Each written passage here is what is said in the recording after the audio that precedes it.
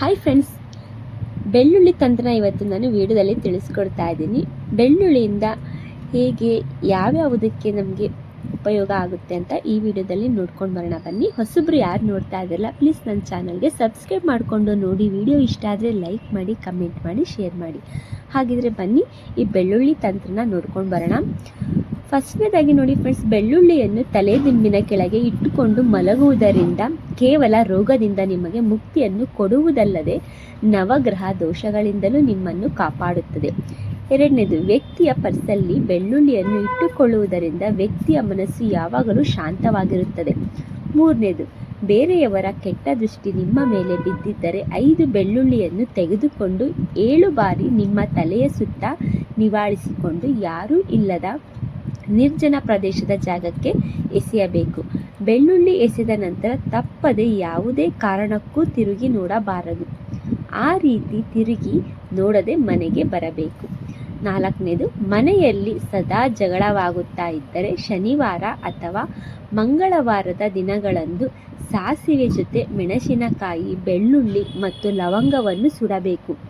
ಇದರ ಹೊಗೆಯ ವಾತಾವರಣವನ್ನು ಶುದ್ಧಿಗೊಳಿಸುತ್ತದೆ. ಈ ರೀತಿ ಸುಡುವುದರಿಂದ ಮನೆಯಲ್ಲಿ ನಕಾರಾತ್ಮಕ ಶಕ್ತಿಗಳು ತೊಲಗಿ ಸಕಾರಾತ್ಮಕ ಚಿಂತನೆಗಳು ಹಾಗೂ ಶಕ್ತಿಗಳು ಹುಟ್ಟುತ್ತದೆ. ಐದನೇದು, ವ್ಯಾಪಾರದಲ್ಲಿ ಪದೇ ಪದೇ ತೊಂದರೆ ಆಗುತ್ತಿದೆ ಅಂದರೆ ವ್ಯಾಪಾರದಲ್ಲಿ ನಷ್ಟ ಅನ್ನು ನೀವು ಬಹಳ ವರ್ಷಗಳಿಂದ ಕಾಣುತ್ತಿದ್ದರೆ ಅಂಗಡಿ ಅಥವಾ ಕಾರ್ಖಾನೆಯ ಮುಖ್ಯ ದ್ವಾರದಲ್ಲಿ ಕೆಂಪು ಬಟ್ಟೆಯಲ್ಲಿ 5 ಅಥವಾ 7 ಬೆಳ್ಳುಳ್ಳಿಯ ಮೊಗ್ಗನ್ನು ಹಾಕಿ ಕಟ್ಟಬೇಕು.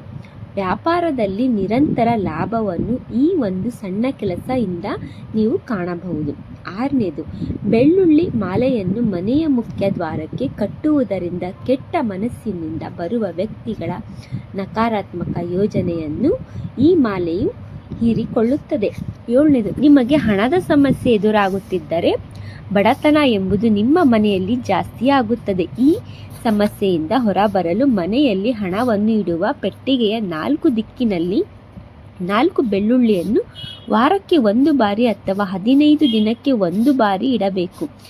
ಎಂಟನೇದಾಗಿ, ಕಾಲು ಒರೆಸುವ ಮ್ಯಾಟ್ ಕೆಳಗೆ 1 ಬೆಳ್ಳುಳ್ಳಿಯನ್ನು ಇಡುವುದರಿಂದ ಹೊರಗಡೆಯಿಂದ ಸದಸ್ಯರು ಮನೆಗೆ ನಕಾರಾತ್ಮಕ ಯೋಚನೆಯಿಂದ ಬಂದರೆ ಎಲ್ಲ ನಕಾರಾತ್ಮಕ ಶಕ್ತಿಯನ್ನು ತೆಗೆದು ಹಾಕುತ್ತದೆ. ನೋಡ್ತಿರಲ್ಲ ಫ್ರೆಂಡ್ಸ್, ಇವತ್ತಿನ ವಿಡಿಯೋದಲ್ಲಿ ಬೆಳ್ಳುಳ್ಳಿಯಿಂದ ಯಾವ ಥರ ಉಪಯೋಗ, ಇದರ ತಂತ್ರ ಹೇಗಿದೆ ಅಂತ ಇವತ್ತಿನ ವಿಡಿಯೋದಲ್ಲಿ ನೋಡ್ಕೊಂಡು ಬಂದ್ರಲ್ಲ. ಇವತ್ತಿನ ವಿಡಿಯೋ ನಿಮಗೆ ಇಷ್ಟ ಆಗಿದರೆ ಈ ವಿಡಿಯೋಗೊಂದು ಲೈಕ್ ಮಾಡಿ, ಹಾಗೆ ಕಮೆಂಟ್ ಮಾಡಿ, ಶೇರ್ ಮಾಡಿ. Thank you for the watching.